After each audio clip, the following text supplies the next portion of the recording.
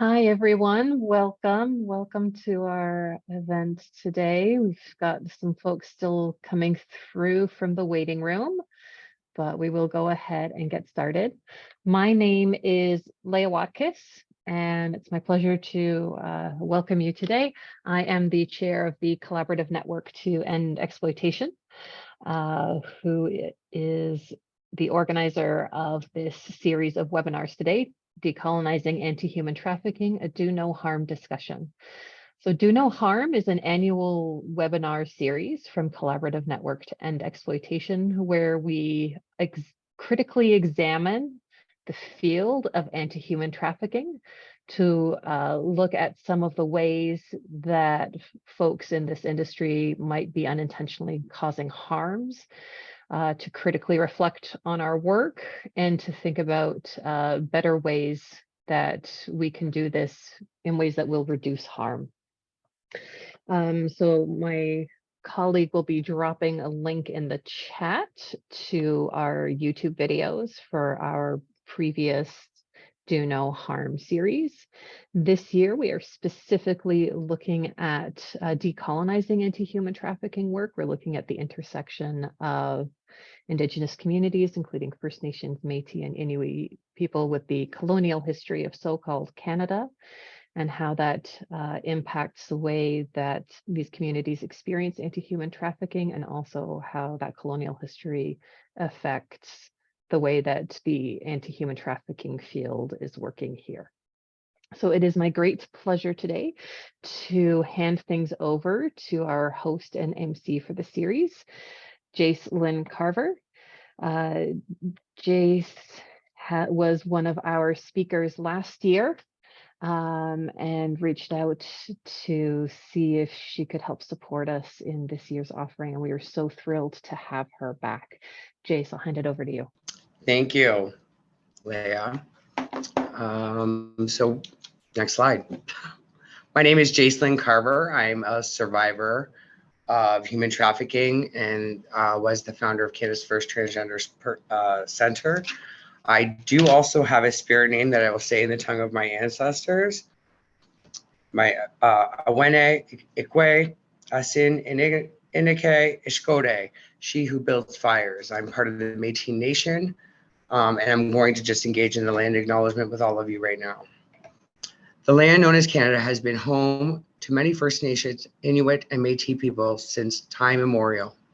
When European settlers came to these lands, they sought to systematically erase these communities with policies and practices that would sever Indigenous people from their people, their land, and their families, their teachings, their language, their spirituality, and their culture.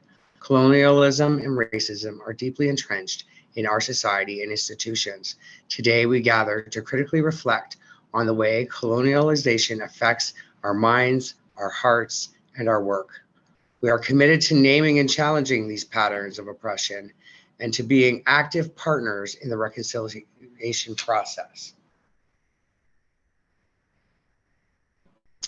We also want to do a labor acknowledgement. We recognize the labor and sacrifices of poor and racialized workers on these lands. Canada's settlers' colonial history is comprised of the exploited labor of many, including over 200 years of enslaved African and Indigenous peoples, persons of Chinese origin who were charged an immigration head tax to enter the country, agriculture and other migrant workers indentured to their employers with closed work permits. These and other violent practices allow Canada to accumulate wealth and power. Canada continues to profit from the historic and ongoing exploitation of poor and racialized people. CNEE is committed to redressing this legacy through education and advocacy, creating a Canada where all are granted dignity and rights.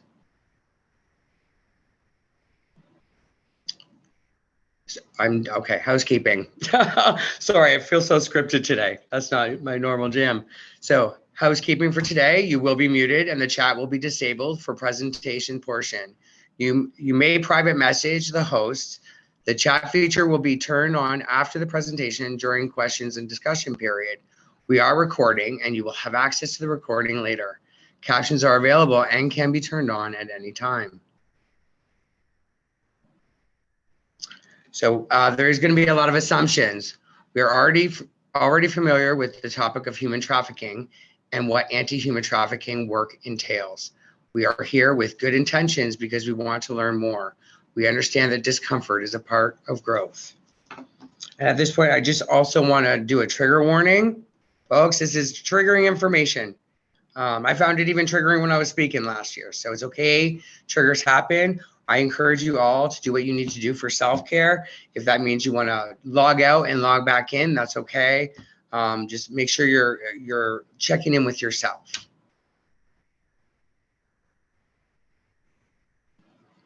And these are some support resources you could also I can't even think today. These are support resources you could access. I'm so nervous, girl. Without further ado, I do see one question that I'll address that popped up in the chat. Someone was asking, is it the same topic? So this is the first in our series. So we're going to be running this same time, same Zoom link for the next 5 weeks. So we had some challenges with the Eventbrite. If you registered for one or any of the others, it is the same Zoom link for every gathering. We have a different speaker, and each speaker will be looking at a slightly different portion of the question of how can we decolonize the anti-human trafficking field. So we have some presenters that are approaching this from a more sort of academic standing. We have presenters who are going to be talking about personal experience. We have presenters who are going to be helping you as participants to reflect personally on where you sit in the story of this colonial story of so-called Canada and anti-human trafficking work. So we are looking forward to having you join us for the whole series. And so with that, I would like to invite our speaker to take the floor. Thanks, Jacelyn. So my name is Shelagh. Hopefully everyone can hear me. I'm going to be sharing a PowerPoint presentation, and just so you know, it's not my strength putting together visual representations. So it's really just pictures to look at while I talk on basic slides. It's really not fancy. But you know, I tried. And happy to take any sort of design suggestions anytime. So hopefully everyone can see the slides okay. Looking for a not a conflict. Okay, so I'm going to be sort of setting the theoretical foundation for decolonization, which is the first step of what is colonialism and what are we really talking about. So we often hear the word sort of thrown around. I want to say it's a bit of a buzzword today. It went out of fashion for a while and it's come back with a slightly different connotation. But often when it really comes down to it, there's not a lot of engagement in detail about what colonialism is, how it operates, what it looks like. So this is sort of a walk through some of the basic sort of theory around colonialism. And even though it's not, sort of celebrated in the way it used to be, that doesn't mean that it's not being produced and reproduced throughout our discourses, our systems, and really the structure of power in our society. So I wanted to begin with a note from Barker. And at the end of the presentation, there's a few resources on a couple of slides that I'll share. So if you're interested in seeing the sort of like research and background side of it, or reading deeper and delving into this stuff, some of them are there. So Barker says, in order to understand how colonialism as an ideology that generates power for imperial elites is expressed in Canada, it's necessary to understand two key points. First, the nature of contemporary imperialism and the role Canada plays in an imperial system that extends geographically beyond borders and internally into individual lives. And second, the nature of Canadian society as a settler society and the channels that are created for colonial force through the settler identity of the majority of the population of the Canadian state. So it's a little bit of what we're getting into. So let's dive into it. So hopefully this, nope, goes to the next slide. Nope, I'm very bad at this. 1 second. I'll just keep talking. So colonialism is a form of imperialism. And I'm just trying to get access to the full screen share. Sorry, everyone's going to enjoy a picture of Maru in the background. So we often think about colonialism when we talk about it as extractive colonialism. So generally what people are familiar with is what we see in the sort of classical extractive imperial colonialism relations. We know imperialism as sort of the basic model of a country taking over another country to build empire. So in sort of capitalist theory, this is the idea that once a market becomes saturated, it's essential to then expand beyond for the purpose of continuous growth. So historically, colonialism was very much celebrated. So on the next slide, we'll see an example of like how this process, people were invited to participate and celebrate colonial expansion, imperialism, and empire. And so a lot of our ideas come from these sort of early discourses of colonialism that really did rely on extractive colonialisms, where the resources and people from a country are exploited to enrich an imperial power. And in extractive colonialism, the colony is occupied by imperial forces, but the number of colonizers often remains really small in comparative to the indigenous population. So on the next slide, there's an image of this sort of what extractive colonialism looks like visually. Thank you. Leo's like, that's not the next one. I'm a little out of order. Sorry.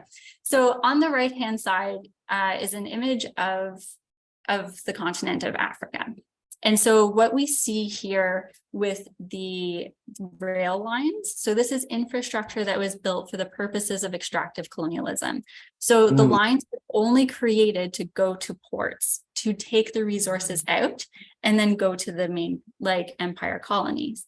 So the development internally just wasn't done because there was no purpose to it, right? The colonizers weren't living there. They had no interest in that space. There was no value beyond that extraction purpose. So we're looking at something very, very different when we talk about settler colonialism. And it's different from extractive colonialism because the imperial power claims the land of the colony and then works to progressively eliminate the indigenous population so that they can be replaced with settlers. So where extractive colonialism involved displacement and genocide, absolutely, there wasn't a clear intent to create a new settler nation in the colony. So the process of eliminating the indigenous population can be carried out over incredibly long periods of time through successive waves of settlement, through successive policies. And we tend to lose track of that over time. So by placing the idea of empire into history, we stop seeing it today. And so could you go back just one slide quickly? This is where we talk about, forward. I apologize. Thank you so much. Here. This is how we talk about settler colonialism, not as an event, but as a structure. So here's a map today on the left-hand side where we see how normalized settler colonialism is. This isn't a typical map that we would see pointing out that actually today, some of the strongest states in the discourse of international rights, politics, the global sphere, are settler colonies. There's a really good reason we don't talk about this structure. So a time I like to point to in our history, in so-called Canada, as Leah put it, is the date of 1763. And what happened at this time was the Treaty of Paris. There's many of them. This is the 1763 one. And it was the end of a 7-year war between Britain and France. And part of this treaty, France surrendered its colonial territories across North America to Britain in exchange for its most lucrative colony, which was Guadeloupe. It was a sugar-producing colony. And so this treaty essentially allowed Britain to consolidate its colony in the north and begin to set a really strong foundation for viable settlement across the colony. And so for me, that's a really important date and time where it really changed the way we understand the experience of colonialism. And I'll say from sort of an Indigenous perspective, you went from having two sides you could kind of play against each other a little bit to having one imperial occupier, right? So as settlers moved to the colony, they displaced Indigenous people, and the elimination alone is not the main part of settler colonialism, but they also begin to create a discourse of a new settler identity, a new national identity.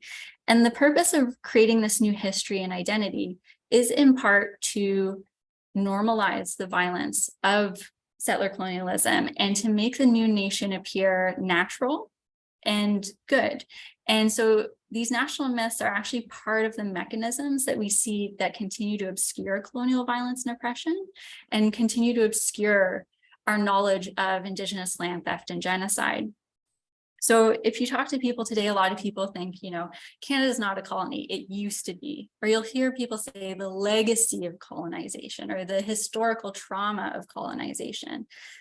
But from a political science perspective, Canada is a settler colony. It is today actively a settler colony. And sort of there's really key conditions you can point to that we use as standards to understand settler colonialism. So, regardless of the Constitution being repatriated in 1982,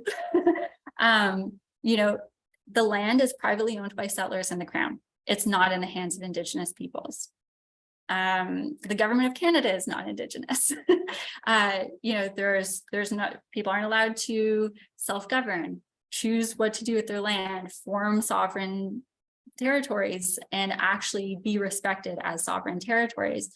And really telling, because this was a very, very basic process in all forms of colonialism, Canada has different laws and rules for Indigenous people than settlers. The Indian Act is the best example. We have an entire ministry, or now two ministries, right, dedicated to the specific administration of the colonized population. And yet we continue to kind of operate like this is a thing of the past.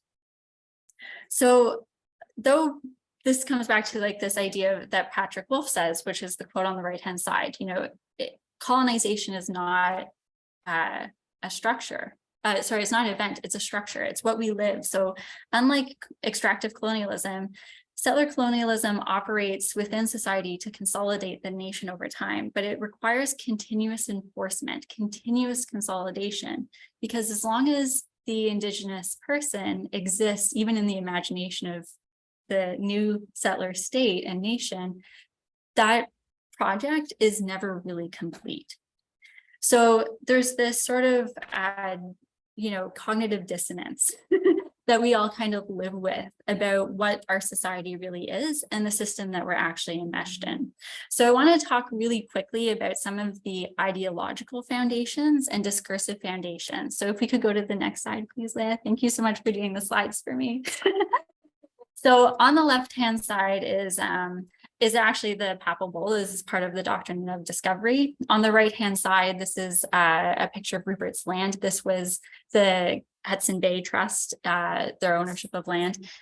And doctrine of discovery has been rescinded in theory. We'll see in practice, because this is what we live today. It essentially established the rights of Christians to claim whatever they found during exploration. So it essentially said, anything that you find out there, because you are Christians, it is yours. The impact of this was essentially like the basic foundation of colonial expansion, right? This was the first sort of legal right, divine right to take what it was everyone else's. And the next idea is white man's burden, which is on the next slide.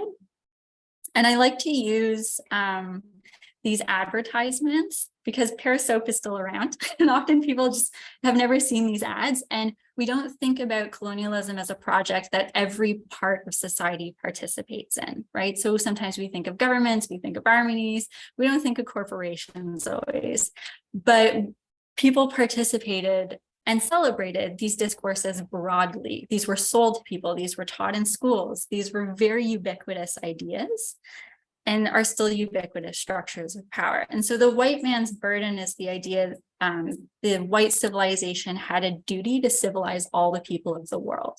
And so we'll see these ideas later on. And then the next idea is terra nullius and manifest destiny. And it's on the next slide, thank you. I think we're all done with those ads, right? Like, I saw that, we're done. Yeah. So terra nullius is the idea of nobody's land, the idea that land was empty because Indigenous people were simply not equivalent to European humans and Christian humans. And the picture that I share is American Progress by John Gast, and this was used to sort of like a canonical image of manifest destiny. And this is like Colombia bringing civilization, literally driving the Indigenous people into darkness. And bringing progress into the land as America, in their story of manifest destiny, moved from east to west to claim what was theirs. And Canada's history colonially is the same thing. We use the railroads, we use the clearing of the plains, and saw exactly the same progress. So these aren't subtle ideas. This isn't, like something that in the past people were like, but did they know? Like we often like to think about that, but are you sure? And it's like, oh, we're pretty sure. We're pretty sure that's what they're doing, and we're pretty open about it.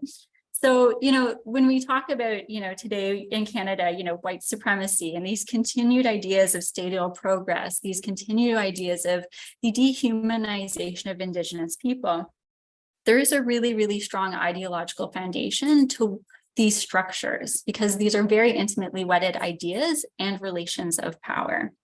So, when we talk about sort of in Canada, the construction I see as being one of the main discourses we use to hide some of this is the idea of the Indian problem. So this is a dominant discourse that frames Indigenous people as somehow deviant, problematic, dysfunctional. And the embedded assumption here is that there's no underlying conflict. Essentially, it's Indigenous people who, for some reason unapparent to us, are unable to adapt and thrive in society. Even though what we're talking about is a genocidal context in a settler colony, there's this idea that Indigenous people are unwilling to accept or adapt to this violence. And this is positively identified as the source of conflict. And so, what I think is also insidious about this is that we take this a little bit further and we say that the Indian problem can only really be solved through more colonization, right? Like, now that we're here and this is the context we're in, we just need better colonization. We're going to say it in different ways. We need better integration. We need better access. We need better supports. We need to be more part of society, not we need less colonialism, right? We tend not to think in that direction because we still don't make the fundamental link between settler colonialism and the violence that we see today. So I'm going to step out of this foundation of colonial theory and step into the idea of sexualized violence. And I'm going to go a little bit faster because I know I'm running out of time. I don't have a ton of time, but hopefully someone will give me a heads up and stuff as we go. Okay, so Andrea Smith in Sexual Violence and American Genocide said, sexual violence is how you do colonialism. And I think this quote is succinct, accurate, and very, very important. So we're going to talk about sexualized violence and the role of settler colonialism.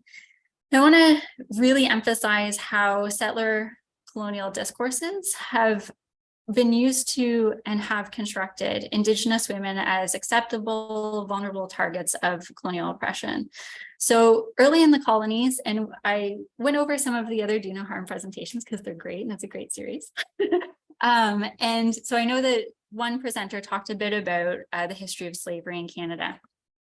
And maybe we could go to the next slide and I'll just, so we'll leave this picture behind. So this is, sorry, I talked over the clearing of the plains. We'll sit on this for a second. So sexualized violence has absolutely always been part of the colonies. So in a previous presentation, someone mentioned the statistic that, you know, the majority of known recorded slaves at a certain time in the French colonies were Indigenous. And it's true. So slavery, I see, is one of an early sort of project and policy that communicated to settlers the value and utility of Indigenous women. So Indigenous women were essentially objects. They were abducted, they were sold as slaves for domestic work, which we know also meant sex and sex work. In British and French colonies, you know, for hundreds of years, Indigenous women and girls could be owned by white male settlers. And if we could just go forward, I do have okay, I'll stop for a second, and I'm a little disorganized of a presenter, so thank you everyone for following me on these circles. I did want to share a quote coming to mind in addition to Andrea Smith's, and this is actually from Kayla, who was doing tech support earlier. We were at a presentation and we were talking about, in colonies, can Indigenous people say no? If a community can't say no to a pipeline across their territory, what right does an individual woman have to say no to a settler man? And I think that this is a broad umbrella idea we need to really just set in our mind as we go forward. So linking this very closely to our history of slavery on the next slide, please, Lynn. Thank you. So this is from the Canadian Encyclopedia. And I picked out these quotes because I really think that they're important for us, and we work in HT. We recognize these numbers. We recognize this story. So the average age of slaves was 14 years old. A lot of them were young women and girls. They were enslaved and forced to work in urban centers. And following the demise of slavery, there was an emergence of a near conflation of Indigenous women and prostitution, because let's be real, that's what slavery was. So we're kind of, talking today. I don't think I need to, make all the links. We work in HT, we can see this. This is the 1880s. This is 2023, right? And so, slavery, I'll say, has not operated alone in settler colonialism, but this is again talking about this broader structure. So settler expansion, economic development, forced relocations spanning centuries into the late 1960s really set a stage and pattern for normalizing the dehumanization and exploitation and trafficking of Indigenous peoples. So this destruction of subsistence livelihoods, we saw earlier the mountain of buffalo skulls with a white person on top. I use it mainly as a picture to talk about white supremacy, but it applies also to the destruction of subsistence livelihoods. Communities have been forced into states of extreme deprivation, and settlers, Indian agents, people like the Northwest Mounted Police and institutions have been known to exploit Indigenous people and, in documented cases, demand access to women and girls. And this image is from Napashi Patuguk, and this is something that an Indigenous person saw in their lifetime. So these are real representations of the strong foundations we have for understanding that trafficking doesn't happen in a vacuum. This isn't a new phenomenon. And for Indigenous peoples, this is not a simple story.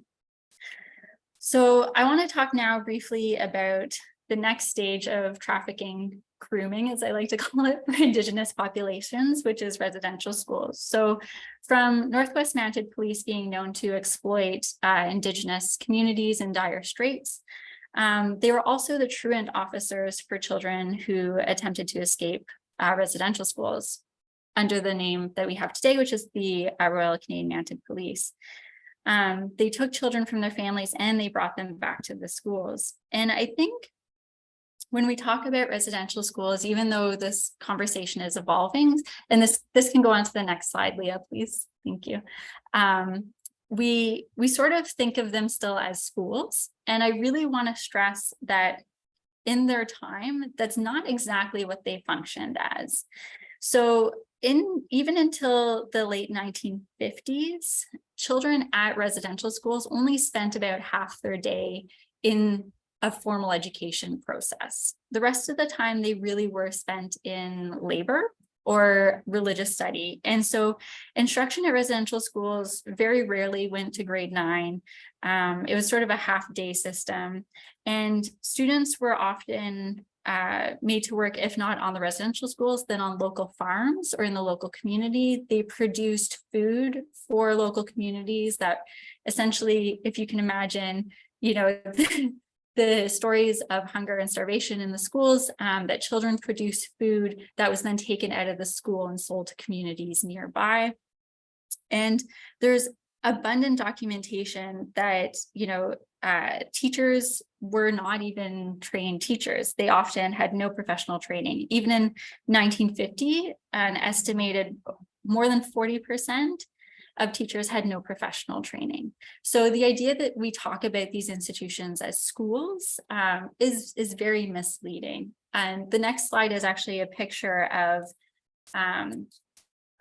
St. Anne's residential school, and I've blurred out the faces, but I like to use slides and pictures that are in color, because I think we tend to forget that 1996 was not very long ago. When we talk about residential schools, when we see pictures, we see very old pictures. And like, I don't know what movies would resonate with people here. For me, it's the Independence Day movie with the aliens and Will Smith.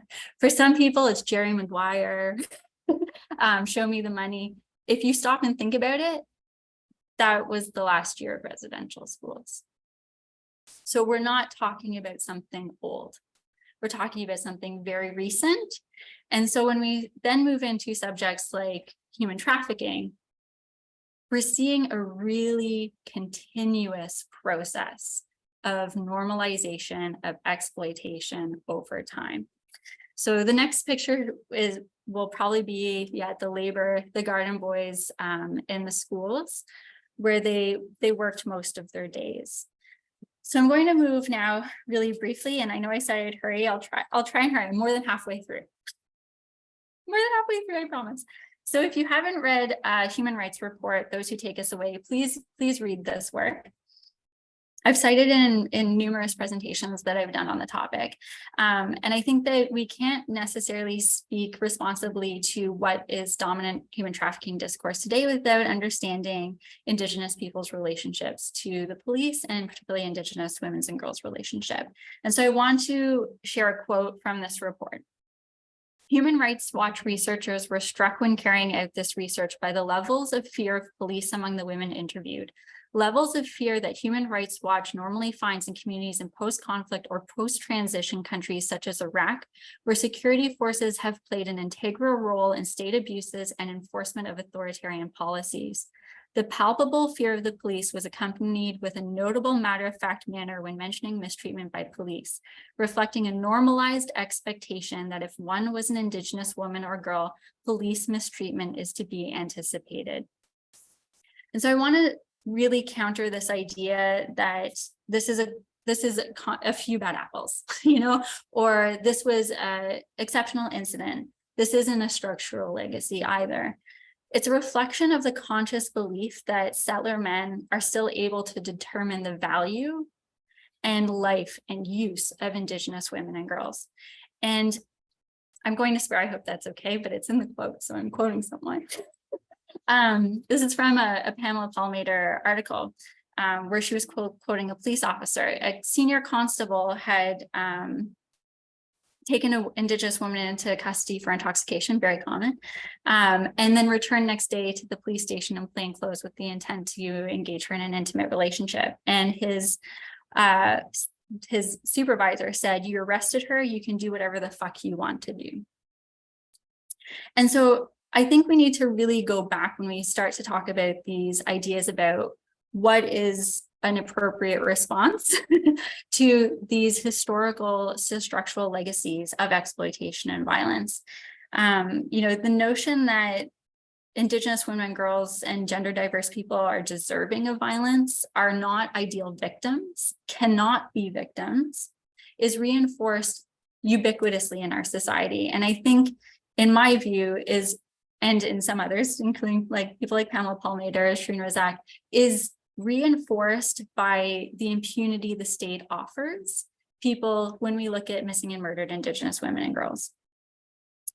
The inherent lack of action reinforces that our lives are not worth investigating and that people know that they can get away with killing us. So on the next slide, I believe is the, this is by Kristen Gilchrist-Salas, who works with Kayla and I here in Ottawa, and has continued to maintain data on MMIWG cases after the inquiry and during. This just shows that this was not an effective process. This was not originally the process that people asked for. And this is a process that has been left behind since. So if anyone, has seen recently, CBC did a sort of track record and said two out of 231, Canada. That's all you've done on MMIWG. So, this speaks volumes. We see these patterns. We've seen these patterns our whole lives. These are patterns our families have lived over generations, and we don't see the change coming. So what's not, sort of acknowledged in these discourses is, when we look at these systems in place and we look at the discourses, what is continuously happening is that our attention is being drawn away from the root causes of violence that we are being subjected to. And we are constantly drilling down into the individual and the individual context. So I want to go into HT discourse really quickly as a conclusion to demonstrate how this happens and how it leaves out Indigenous women's and colonial experiences. So in the next slide, thanks, Leah. We're talking about this one follows up. This is just a reading I recommend everyone to do. I'll just talk over it for a second. Well, if anyone wants to take a second to read the abstract. So historically, human trafficking discourses, when they first emerged internationally, did have some understanding of structural or systemic issues, right? There's this sort of discourse, very imperialist at the time again, that poverty in the former Soviet states was part of what was driving trafficking. When we brought this discourse to a domestic sphere, that becomes an uncomfortable discussion. We don't, right? Like we don't have a post-Soviet context to blame. We can't just make Russia the bad guy. We're talking about something much more complex in our context. Do we look at settler colonialism? And instead, what we've done is reduced human trafficking discourse to the individual level. So what we've done is essentially removed all the historical dimensions, all the societal dimensions. So the definition of human trafficking implied severely impacts community responses, eligibility for services, training, funding, the way we talk about it. And when we exclude systemic concerns, we're making easily reproduced discourses that mislead people as to what the problem really is. So in the next slide, I'm just going to pick on the AMP model really quickly. So what we've been talking about, colonialism and sexualized violence as a tool of colonial oppression, does not fit into this. That entire story is effectively erased by the key instrument we use to define and measure human trafficking. Yet what's protected are moralistic assumptions, faulty data, misleading stories of human trafficking that are then reinforced by media, legal biases, stereotyped representations, the role of neoliberal responses. So the idea that we don't need to look at structures and policies of inequality, that human trafficking is not a predictable consequence of unjust policies.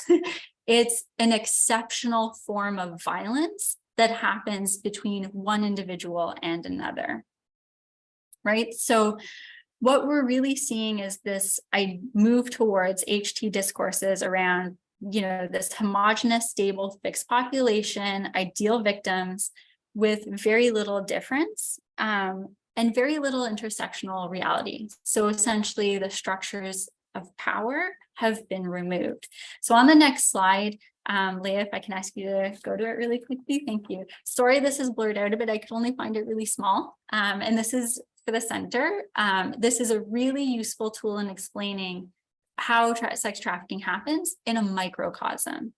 But when we're talking about luring as 500 years of colonial violence, we're talking about grooming as 300 plus years of slavery, residential schools, child welfare removals, right? We're just not talking about the same thing. Isolation, the ubiquitous daily threat of being Indigenous in a settler colony, manipulation and coercion, the invisibility and obscuring of colonial violence day to day.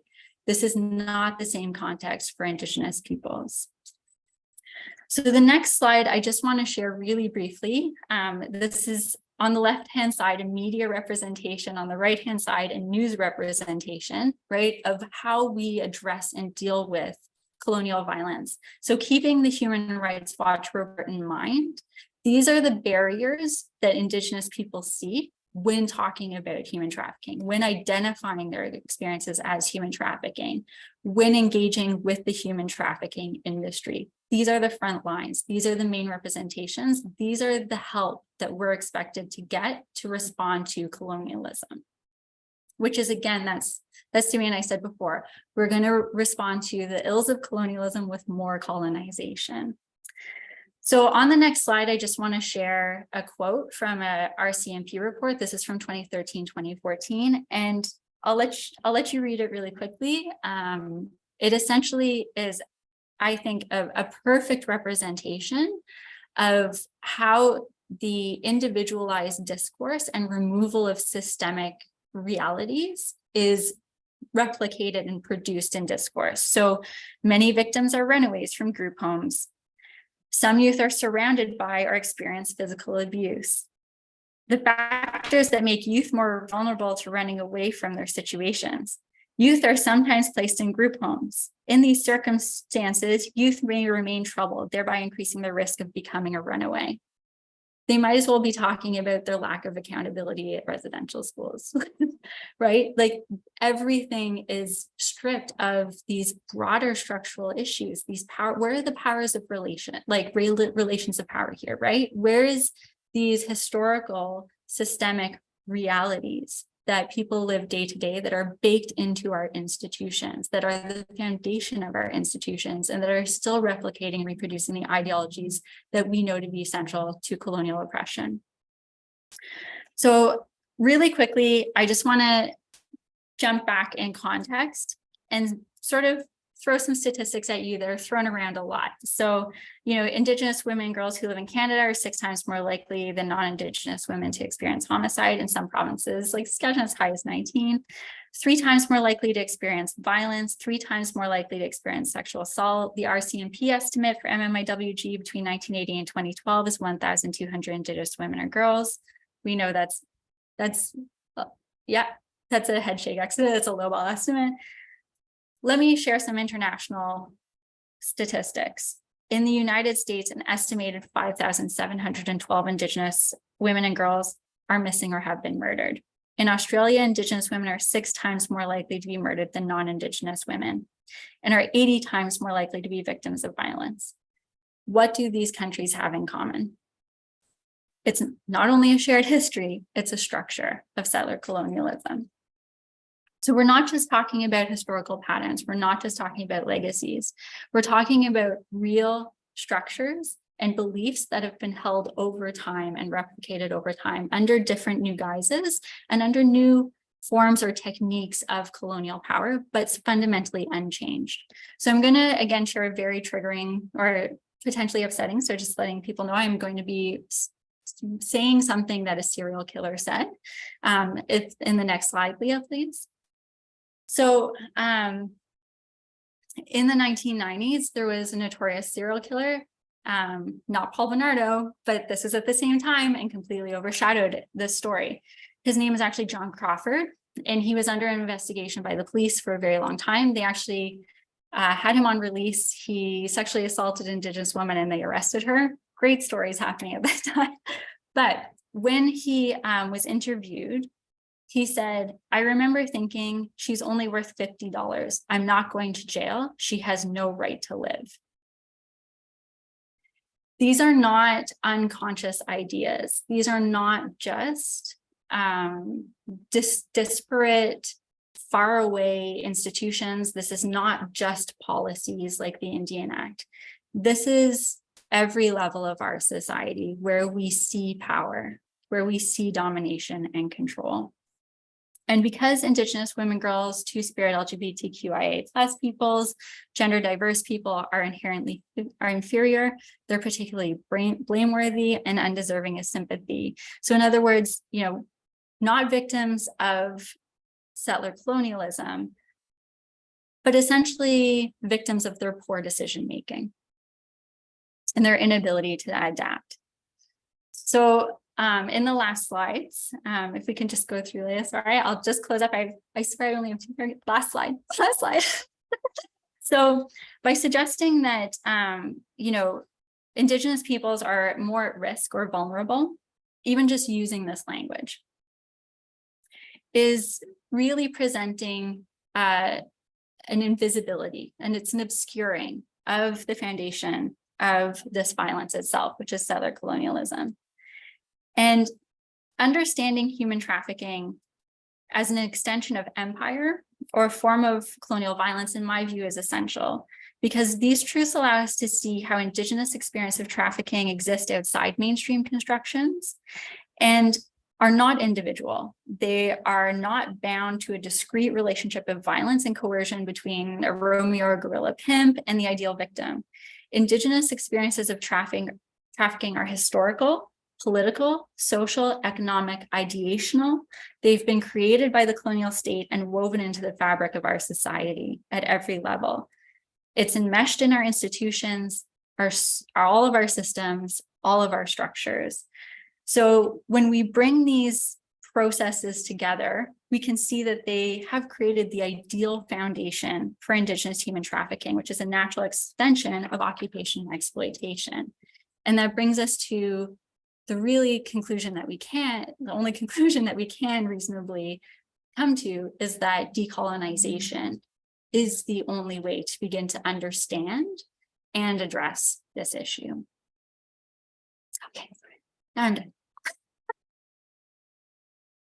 Thank you, Leah. Thank you for doing slides. Sorry, that was really long, everyone. I'm willing to stay for questions. I'm so sorry. Hi, Jace Carver again. Shelagh, thank you so much. But we are going to open the floor. Did you open the chat yet, Leah or Barca?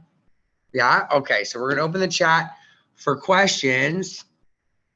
And I'm trying to see where we have, okay, so it's open. Does anybody have any questions? Chat, it says chat message. How the hell do I find this, guys? Can you make sure I have the question, ladies? Are participants receiving these slides? Yes.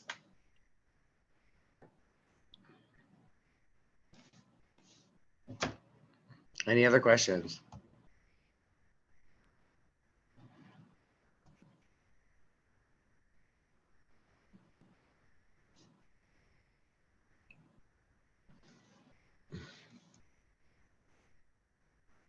I don't see any.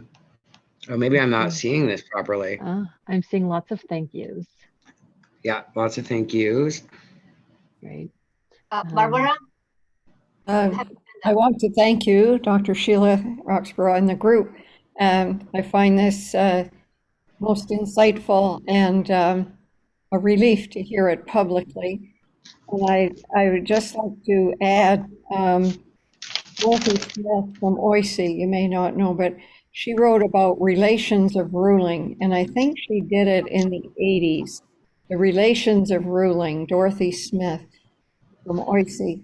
But her basic thing is it broadens it out and it shows the how significant and how essential it is for us to look at colonization, for example, in economics or theology, church, whatever, but as the relations of ruling. that as people become distant from those on the ground, they become more distant with their power and privilege, but they create a jargon and policies, and then they say, we know and you don't. And they go further to say whose voices count and whose voices don't count and whose ideas count. And they get more and more distant, and it's power and profit and colonizing. So I think our key work, including focusing on the most essential for missing women and girls, murdered and missing, that we also look at how we do everything in economics, theology, sociology. Dorothy Smith was a sociologist, and you are contributing wonderfully well in that. It's not really a question, but a support for you and broadening the base. It's a relief to hear you today. Thank you. All right. Thank you for your comment. We also have the Zoom link for the next presentation will be the same one as used today. So if somebody wanted that posted in. I just see a lot of really positive comments and informative presentation. So is this the time? Oh, Perfect. and resources being posted. So is this the time that you would like me to thank the speaker, Leah? Okay. Please. So Shayla, I just want to, as a two-spirit, trans-identified Métis woman, I want to thank you for bringing to light the issues that still are alive and well in our communities today. I wrote down a couple of takeaways that I got. As a survivor of human trafficking myself, just that we build systems on top of systems that already didn't work. It's still the same system. However, we just rename them and make them sexy and fancy. And I heard a lot about, we do this in order to gain more funding dollars, but no actual help coming to that community. We work oftentimes on fake data, fake data, data that doesn't really have a full look at the system and the issues that are going on in our society. So I want you to thank you for also highlighting that. And I loved the last slide. I'm just going to say I absolutely loved the last slide. I internalized it a little bit. I'm not from a vulnerable population. That keeps me in my victimization. I'm not from a vulnerable population. I am from a targeted population. And that somehow gives me the empowerment to know that I have the ability to create change. And thank you so much for coming and speaking with us today. I mean, you're a powerhouse. Brilliant, brilliant, brilliant. Thank you so much, Shayla. Miigwech. Miigwech. I know people are already starting to leave. If you have any feedback on our, we have a couple technical issues getting started, so thank you for bearing with us with that and with the slides. But if you have any other feedback to help us improve the upcoming webinars, you can do so anonymously on the Google form that I just sent you. So thank you so much. We look forward to seeing you here this time. There is one question there. Rubina, you want to ask a question? You have your hand up. Yes, thank you. Yeah, it was in my mind that Jess, you said that false data.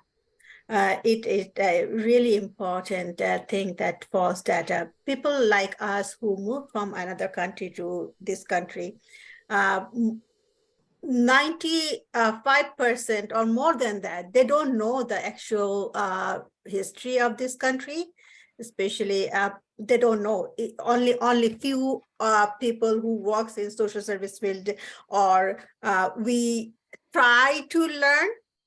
That's why we know little bit, but most of the sector like business and they don't know about the history at all. So you were right that if there is any data, false data, so how do you have any resources that we can learn more about on false data? That's really important thing to know, right? Yeah, I don't have a ton of specific sources on false data. I would recommend Julie Kay's work. She has a book that she published in 2017 on decolonizing human trafficking. There's some discussion of data in that.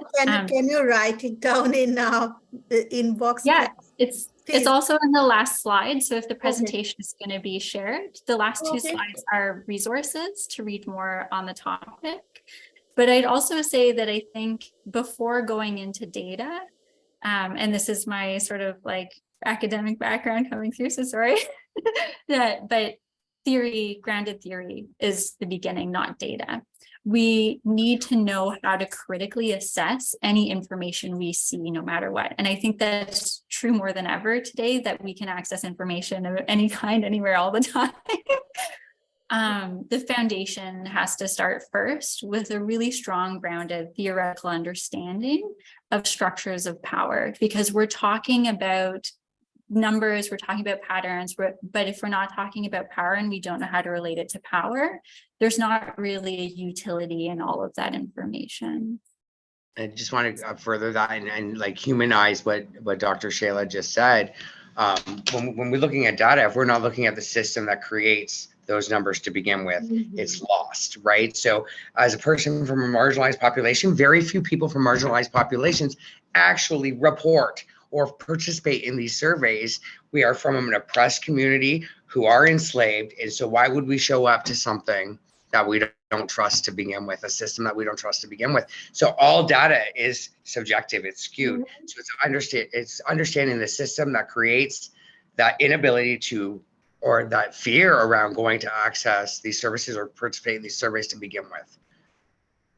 Yeah, and just really quickly, because Jason totally reminded me of this, there's a researcher named Janet Smiley in Toronto, who was previously with Delana School, but there's a main project called Our Health Counts, and it's just demographics, but it demonstrates how little Indigenous people participate in data collection.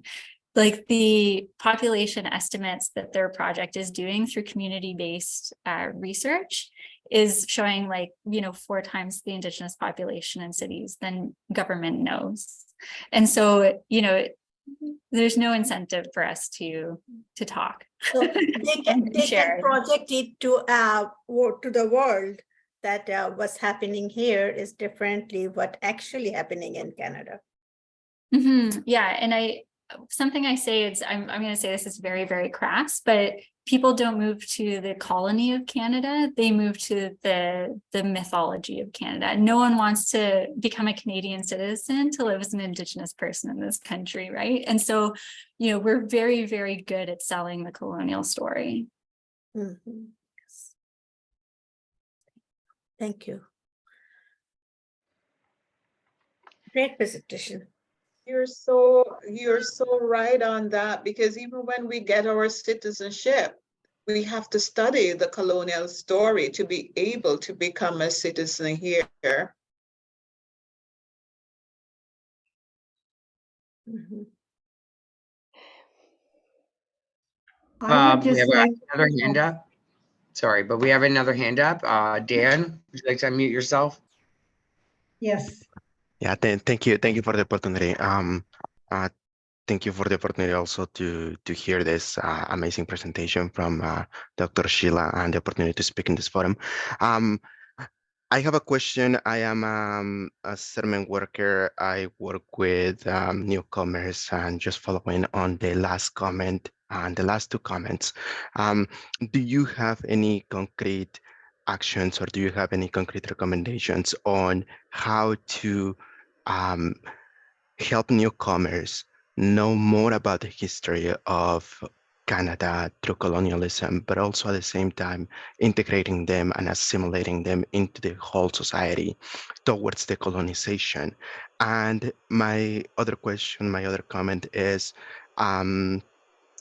what is the future of the colonization in Canada?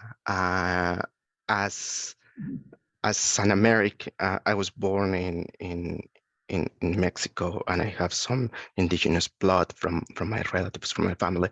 It's a really difficult situation back there, and I understand that here for indigenous communities, it might be something else. So can you elaborate what are you proposing on decolonization? Thank you. Yeah, I don't really specialize in this, but I'll say that there are a lot of learning resources available. From my background, I think really important works are like Paulo Freire and Franz Fanon. I really think that there's important international thinkers who historically were talking about colonialism as an international experience. And I think that understanding that these structures of power, when you take the details and mechanisms and techniques of power and how they change in different localities away, we're all talking about the same systems. And I think that, you know, the domination and oppression that a person experiences somewhere else is probably the exact same structure that we're talking about with colonialism. So I think that sort of solidarity piece, in my mind, would be a really important way to bring this conversation in. And if I can add a second part to it, being that I think, you know, when you asked about integration, I don't know what to say about that. I don't, you know, but I think that there's a certain part of when people experience marginalization or oppression or are targeted, where there's a sort of, when we look at the hegemonic discourses of this violence and of these power structures, there's a tendency to internalize certain aspects, because it's essentially, you know, like I'll go back to the idea of the Indian problem. How are we the problem? But there's an internalization and there's a dissonance that, you know, we create in ourselves. And when we start to understand these structures as a universal structure in our world today, as broader structures and patterns, we're also able to take that sense of blame outside of ourselves. And like Jay said, become empowered by the knowledge that we're not the problem. The structure outside of us is, and it's not diversity that's a challenge. It's keeping our gaze on that one central problem. That's the real challenge, because we're constantly being turned away from it. And so when we talk about, and when you said the segue into your question about the future of colonialism, you know, I think often when people talk about decolonization, Tuck and Yang have a great article called "Decolonization is Not a Metaphor," because I think we're often talking about it as sort of a utopian ideal. And even though it may be beyond the horizon of our current imagination, because we are so socialized into the colonial system, we know in our history it existed. We know that there was a past, and we know our families lived a past without colonial violence. So I think it's possible again.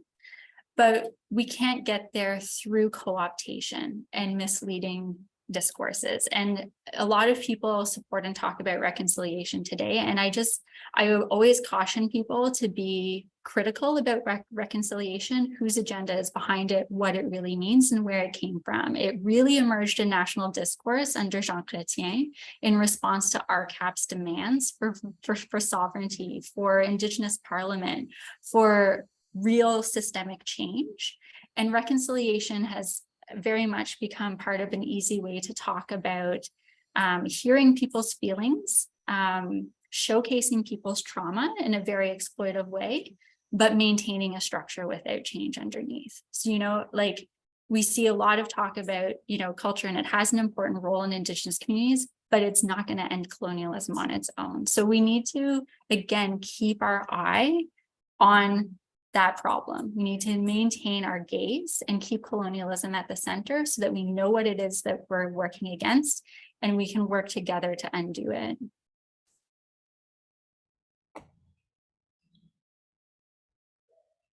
All right, Leah, should we be wrapping this up?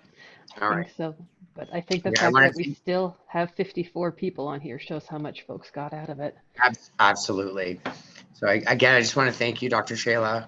I think I'm going to fangirl over you for the rest of my life. It was nice to see all of you, Bamapi. See See you again. Okay. Chimigos. Thank you.